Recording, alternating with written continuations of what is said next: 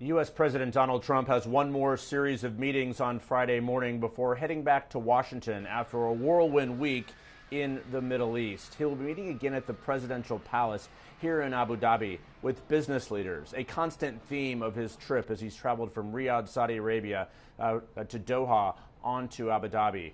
The president clearly has been flanked by business leaders as he's been announcing deal after deal. But also along the way, the president has been making a bit of diplomatic efforts. Of course, that meeting with the Syrian president. He's been talking endlessly about Iran.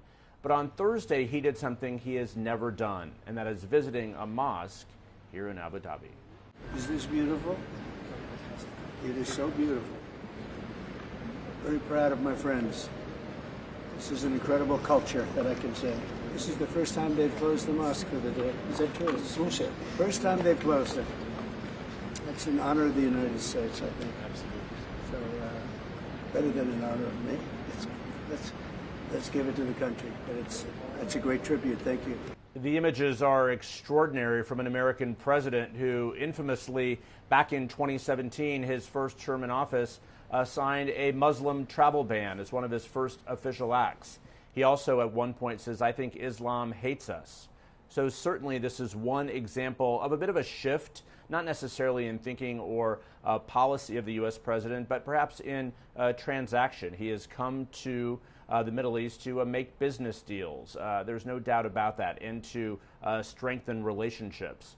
But the end of the day here, all of the deals that the president was hoping would add up to the trillions of dollars, we'll have to carefully check those. Many of them have already been announced. Some of them are pledges of things to come. But there is no question this, the first overseas trip of the second term of the Trump administration has actually gone fairly smoothly as far as these things go. But at the end of the day, as he flies back to Washington with these new relations, all the geopolitical challenges that face the U.S. and the world going into this trip are still right there waiting for President Trump. Jeff Zeleny, CNN, Abu Dhabi.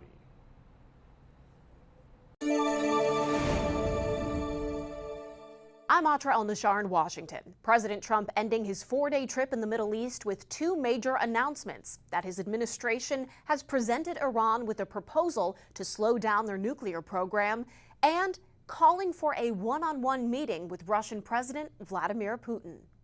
This week began with tentative hope the leaders of Russia and Ukraine would meet face-to-face for the first time since Russia's invasion. And it's ending with President Trump saying he doesn't think any progress will be made until he and Russian President Vladimir Putin meet face-to-face. I think it's time for us to just do it. On Monday, President Trump said he was open to flying to Istanbul to be there as Putin and Ukrainian President Volodymyr Zelensky met. After all, it was Putin who proposed the talks in the first place.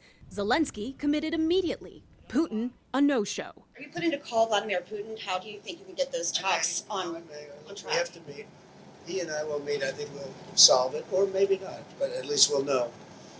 And if we don't solve it, it'll be very interesting. Other high-level Ukrainian and Russian officials did meet in Istanbul Friday for about 2 hours, emerging without any breakthroughs. Soon after, UK Prime Minister Keir Starmer releasing this photo: Zelensky huddled with European allies on the phone with President Trump. Starmer says they're coordinating their response to Russia's unacceptable position. Throughout his Middle East trip, President Trump remarked on his administration's ongoing talks with Iran in an attempt to block the country from developing a nuclear weapon.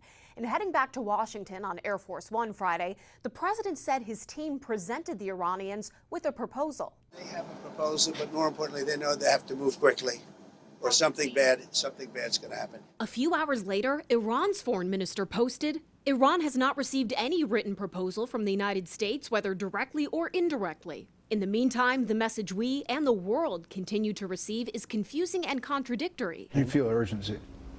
Well, they're not going to have a nuclear weapon, and eventually they'll have a nuclear weapon, and then the discussion becomes a much different one. From Moscow to Tehran, the president juggling the prospect of high-stakes talks with no guaranteed outcomes. In Washington, I'm Atra El-Nashar reporting.